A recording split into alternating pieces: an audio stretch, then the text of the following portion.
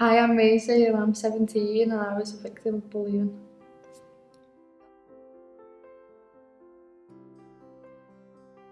From year 7.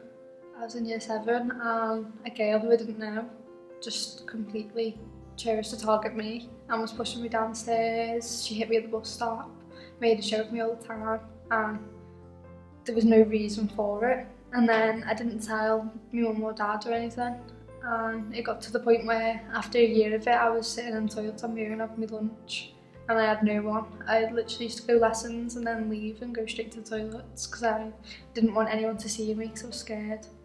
And then I finally told my mum and dad. They warned me about a group of girls not to get in with. Unfortunately I did, and they made out like they were my bestest friends. I had to sit with them at lunches, like I had to go to their houses and spend time with them, but then I think they realised in the end that I didn't want to associate myself with them. So I chose a group of girls that they classed as like not the popular girls in a way. I didn't speak to them and there was constant arguments, it was just being horrible, spreading rumours. And then the first time I'd ever been to a party before I did, and this certain girl didn't like the fact that one of her boyfriends was there, well, a boyfriend and a brother, and about 60 people come around the house and smash the windows in, the doors. Like I'd never felt so scared in my life. I rang my mum and she come straight away, but the neighbours has rang the police as well. Whilst I was still in the house and they were outside, they were screaming down the phone, going to a backflip off from Cornbridge, go and kill yourself, no one wants you like alive anymore, there's no reasonings for you to be alive.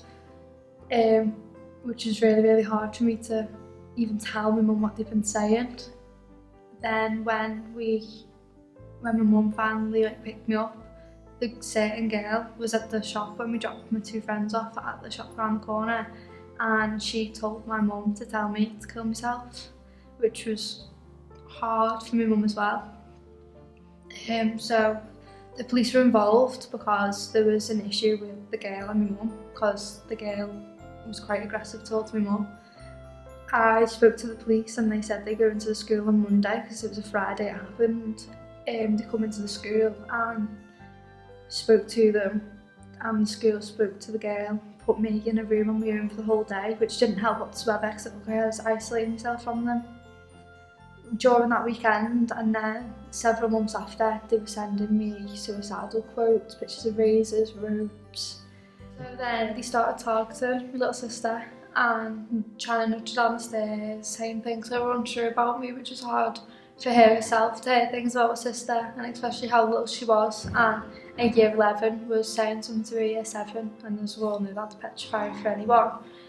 It kept on going on. I notified the school over anything little there was, so like anything little that happened of anyone, I was notifying my head of year just so they knew and they could keep tabs on it, and they literally done nothing. The only solution to sort it was to put me in a room with the head of year, the assistant head of year and the girl herself, and they sat there while she said things which was really nasty, completely ripped into me, and I had to sit there and try and put a brave face on, I couldn't, and then she swore a few times and left the room, so the head of year ran after her, and I literally broke down. I couldn't compose myself in any way, and then they persuaded the girl to come back into the room and let her carry on saying things which was untrue about me, rumours that I didn't even know it ever happened to me. I'd never done things that she said I had.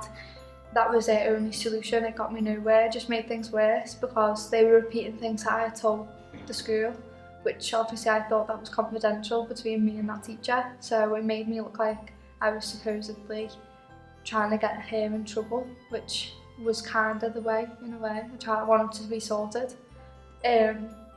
Also, their other solution was for me to sit in the assistant head of year's room at lunches, because obviously I told them that I was in the toilets again, so in both schools I was on my own in the toilets because I was scared.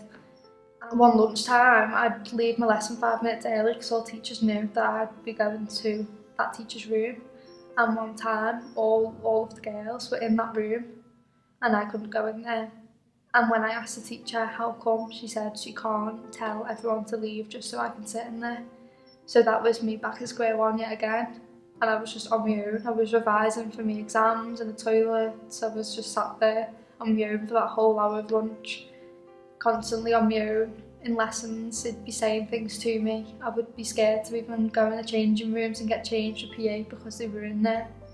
They also knew that I wasn't okay, like mentally, so they knew that I'd literally just given up and I had no motivation whatsoever. I didn't not turn up for school, but I was so scared. The police were helpful, they'd done what they could have.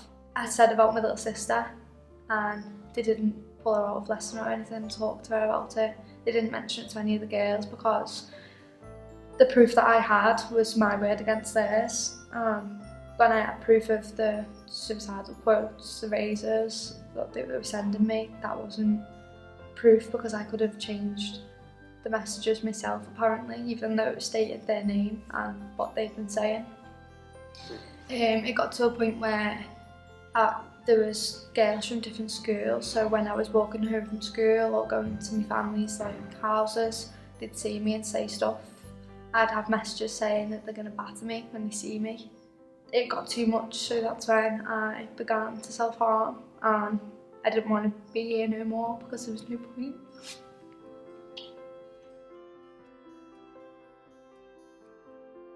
So I don't think they understood or realised how low they were making me feel, and no one knew.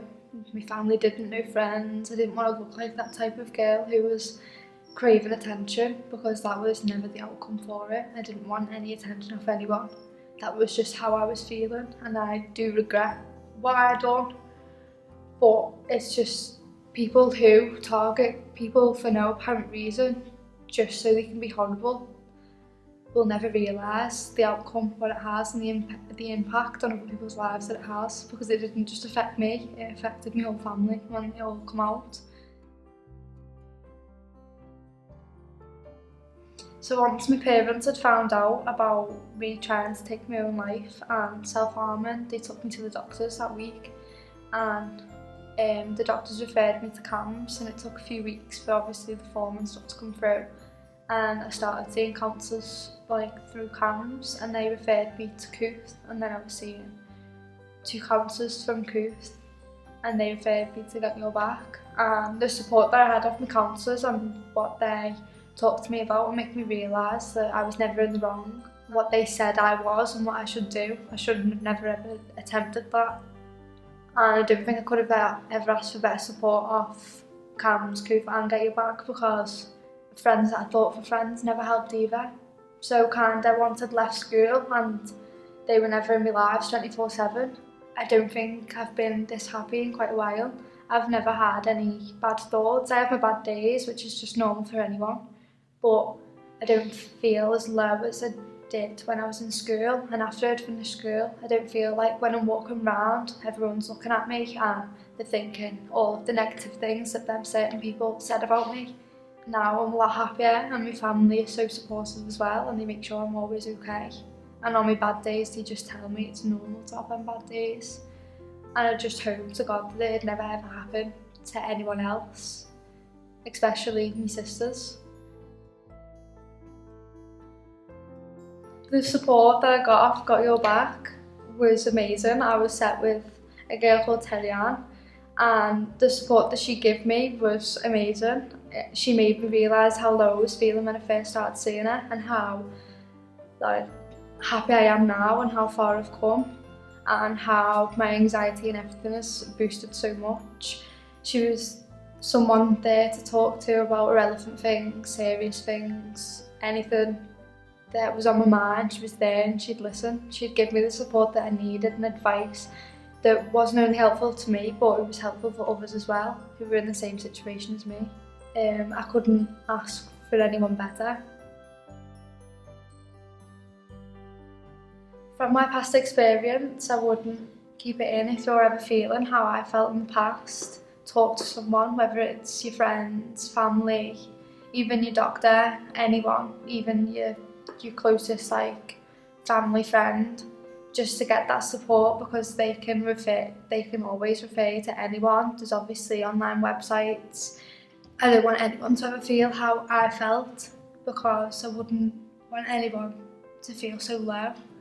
And especially keeping it in, it makes everything 10 times worse than it actually is, which makes you make bad decisions, which I did. There's so much support out there, and you can always talk to anyone.